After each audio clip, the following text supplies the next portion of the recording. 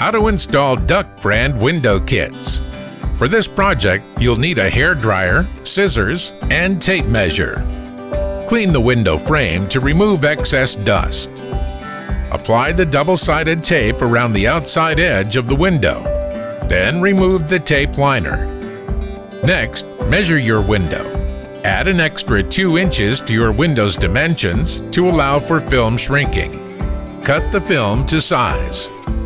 Starting with the top of the window, press the film firmly onto the tape.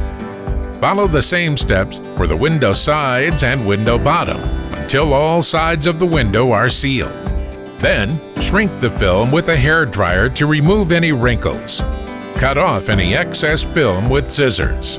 Finally, check to make sure there is a tight fit between your window and the shrink film. Visit duckbrand.com to learn about all of our home weatherization solutions.